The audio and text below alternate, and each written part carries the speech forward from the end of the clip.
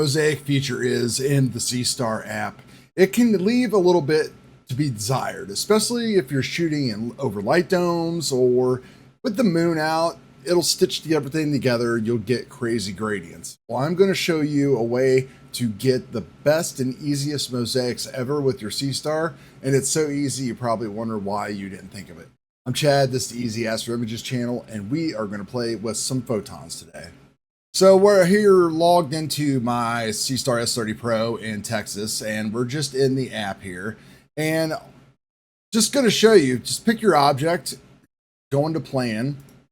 I'm going to show you a 4-panel mosaic that I've been working on of Rho Ophiuchi, the large complex cloud, and then show you that here at the end. I'm just going to click on my plan, and what you're going to do is zoom into like one of your main objects, and all you're going to do is just place that point as one of your frames, and then you're simply just going to move around and align and shoot your frames in however many panels you want and however long you want them to shoot for.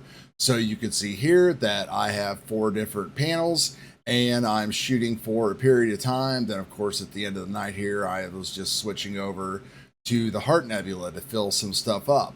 So basically when you're done on your Seestar, you're going to have all of your images for each panel that you decided to take. You're going to have your stacked image if you want to play with that or whatever. So if you zoom out, you can kind of see this is what everything looks like. Now you want to make sure that you give yourself some overlap, and this works with any Seestar. Doesn't have to be the S30 Pro. It could be an S50 or whatever. And if I wanted to add another frame like to this panel, like right here, all I would have to do is just move it to where I want it, click on add, and it would just add it in there, but we don't want to do that. So it's literally that simple. Just search your target, add in your panels, and that's it. When you're done at the end of the night, go ahead and pull off your images. Now I know a lot of you don't process your images outside of the app, but I'm going to show you how to do this so easy inside of Siril that you probably are not going to want to ever use the app again. So this is what the final output in Siril looks like, and it has stacked and added and then averaged and put together all 4 panels of our mosaic that we have been shooting with on our S30 Pro. Each panel right now has about maybe 2.5 to 3 hours of data. I did this project earlier in the year when Rho was a little bit easier to hit, but then it became monsoon season down there in Texas, and so I've kind of restarted the project again. So in order to make all this happen as simple as possible, you're going to take all of your files from all 4 panels, dump them into one directory, and you can see here I have mine called Big Rho Mosaic, and you're going to create a lights folder. And the reason why we're going to do all that is we are going to be using the Nastronomy pre-processing smart telescope script.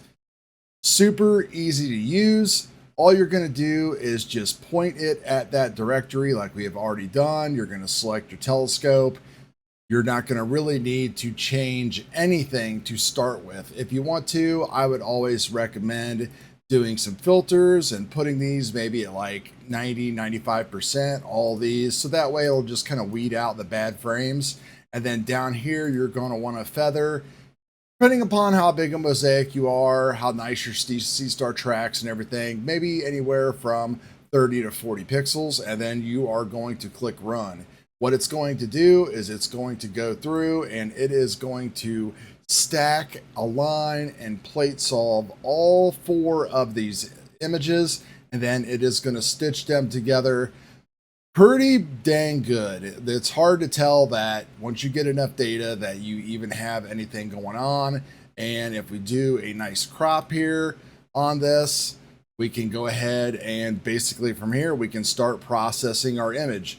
Really easy, really just, it just does not get easier And again, you can do this with any Seestar telescope that you want. No more rotation or worrying about any of that kind of stuff.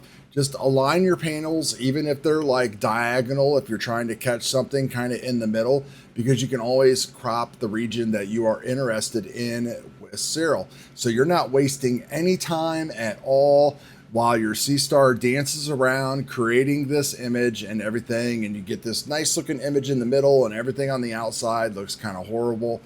You don't have to worry about doing that stuff anymore. You could do all of that in 2 panels. If you're shooting for 4 hours, do 2 hours on one, 2 hours on the next, save your plan. You can keep on adding to it over and over, never delete your plans, always keep them.